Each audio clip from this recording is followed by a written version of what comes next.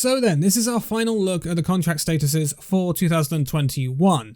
And we have 3 teams to go through in this one. It's the Shanghai Dragons, Toronto Defiant, 4 teams, I should say. Shanghai Dragons, Toronto Defiant, Washington Justice, and Vancouver Titans. Not necessarily in that order, because Washington Justice comes after the Vancouver Titans.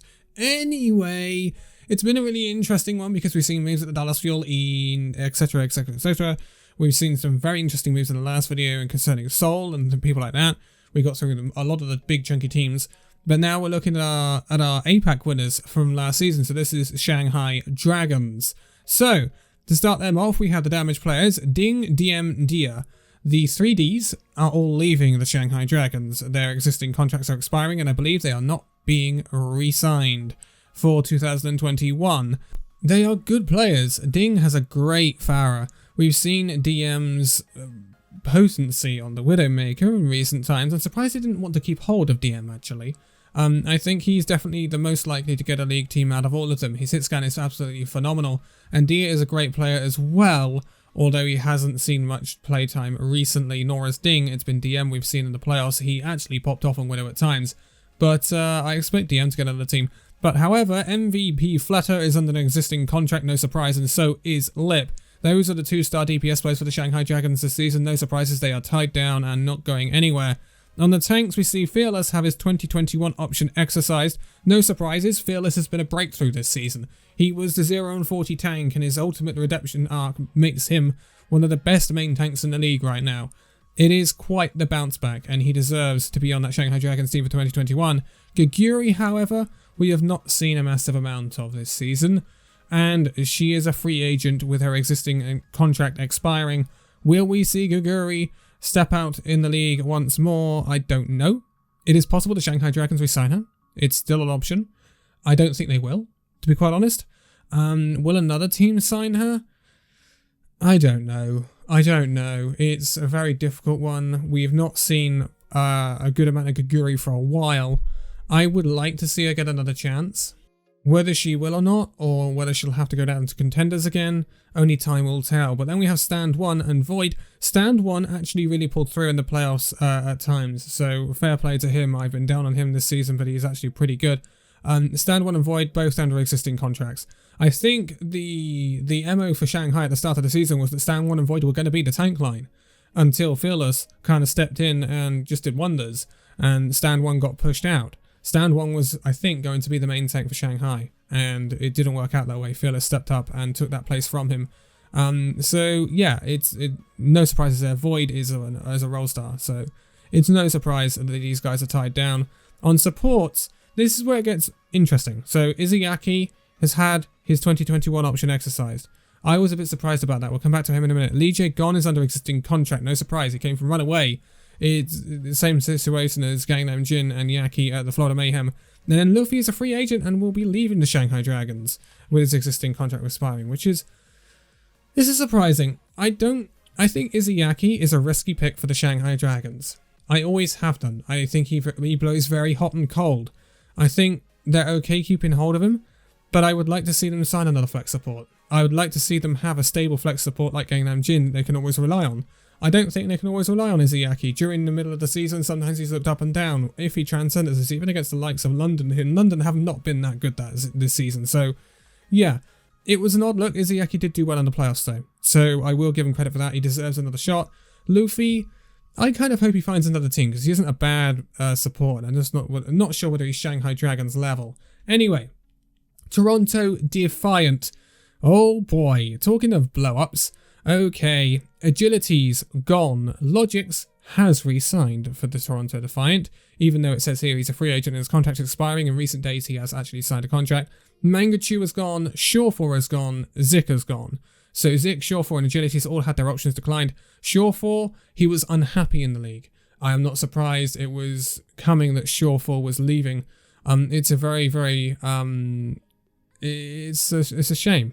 Shawfor is a great character, and I kind of hope Shawfor goes to streaming, because I think he'll be a great streamer, and I wish him all the best with that. Zik, I don't think was good enough, I'll be blatantly honest, and I think Agility's, if it's not Genji, it's not hot. If it's not Genji or Doomfist, it's not hot for Agility's. He's a bit like Sparkle in that respect, but he's not as good as Sparkle. And so I think Toronto needed to overhaul their DPS line, and it looks like it's what's going to happen. And then with their tanks, Beast, Nevix, Numlocked, all had their options declined, all leaving. Again, the tank line has not been anything special for Toronto Defiant. And with these next two teams, Vancouver Titans included, they're both Canadian, and there is a very special Canadian tank, off-tank, in the name of Note available. So I would be surprised if one of these teams didn't pick Note up. But I'm not surprised that all the tanks are leaving at the Toronto Defiant. And then the support, Kareev, has had his option declined. I am very surprised about that. Very surprised. Kareev is a great support.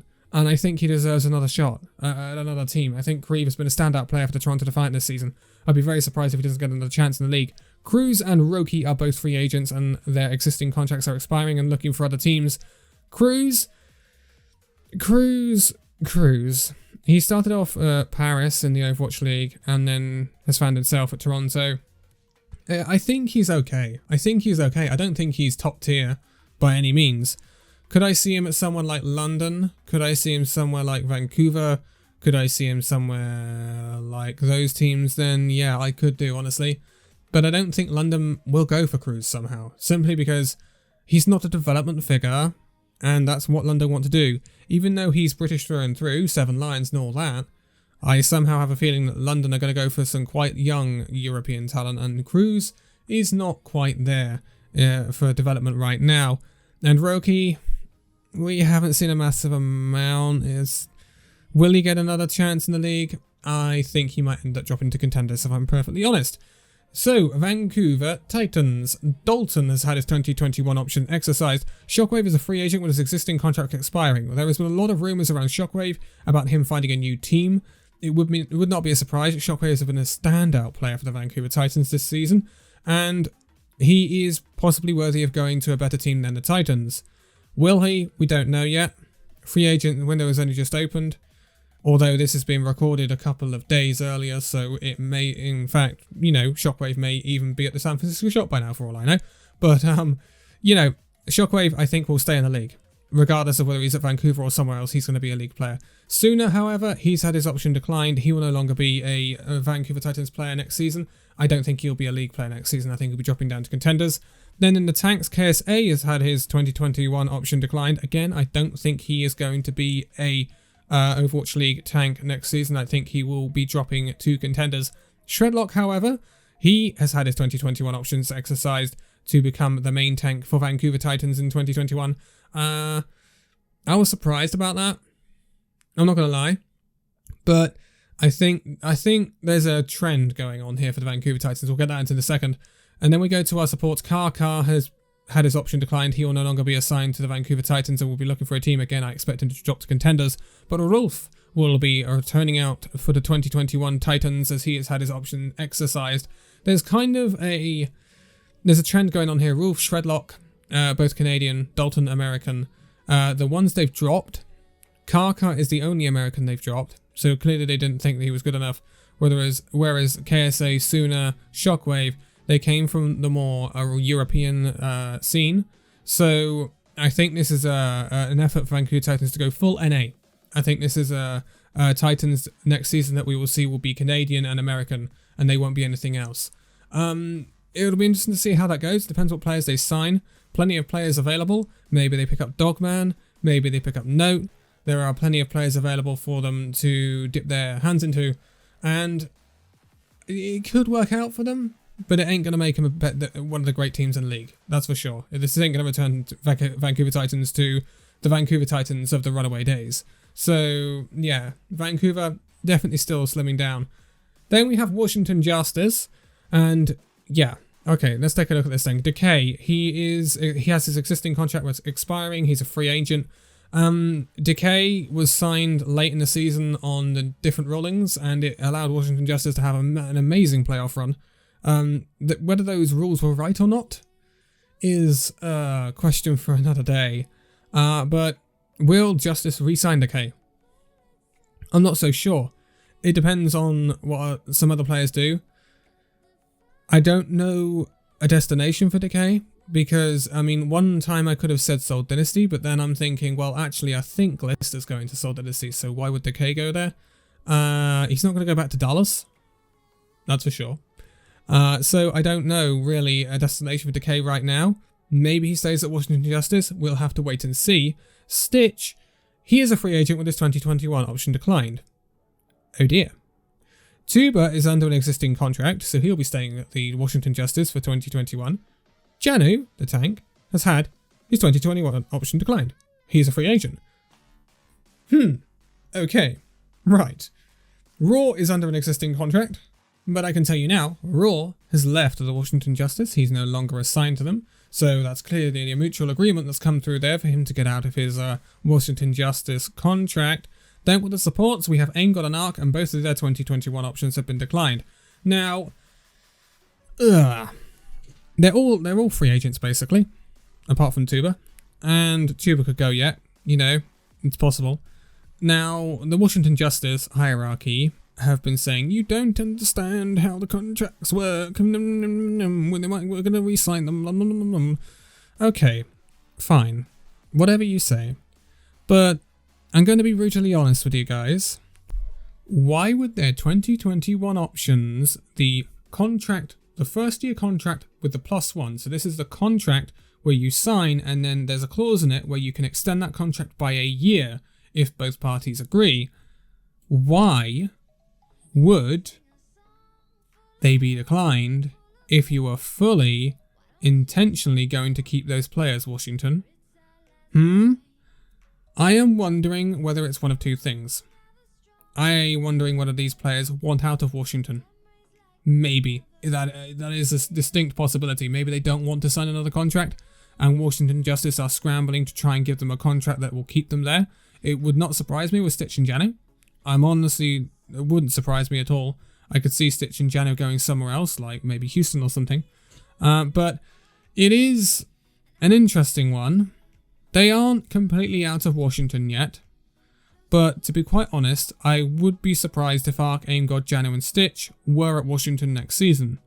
Simply because they are option declined. They are not existing contract expiring. They are not waiting to see if it gets taken up by November the 13th. It is straight up declined. So I would take what the Washington Justice hierarchy is saying with a pinch of salt. And we will see where it goes for Washington. They are a team that is very, very difficult to predict. They don't have a main tank anymore because Raw is a casualty. He's not there anymore. And yeah, I don't know what to say about Washington. It's a very odd situation. It's very weird. And yeah, I expected Washington, in my opinion, I expected Washington to keep everyone but Raw. And then just add to the squad. Get a nice main tank. Get a couple of extra supports maybe. And have a lovely, great squad to go into 2021 with and perhaps compete top 10. But, who knows? Who knows now? Who knows where this Washington Justice team will be? Honestly, no idea. Anyway, that rounds us out for our contract status videos for 2021 right now. We may revisit this at some stage, depending on what happens. We will be keeping an eye on things. The window is now open for transfers between teams, so we are going to be waiting on news from different teams that might have come in already.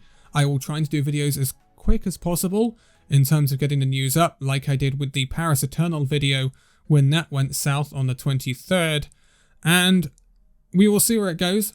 We will wait on news of London, New York, Washington, Seoul. There's a ton of different news coming in and out of the league. Boston Uprising as well, and then additions and subtractions on teams and stuff like that.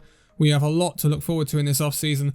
Also, there are rumours of mid-off-season tournaments to kind of plug the gap between now and next season, which would be incredibly interesting. That comes from the mouth of John Spector himself, the current leader of the Overwatch League.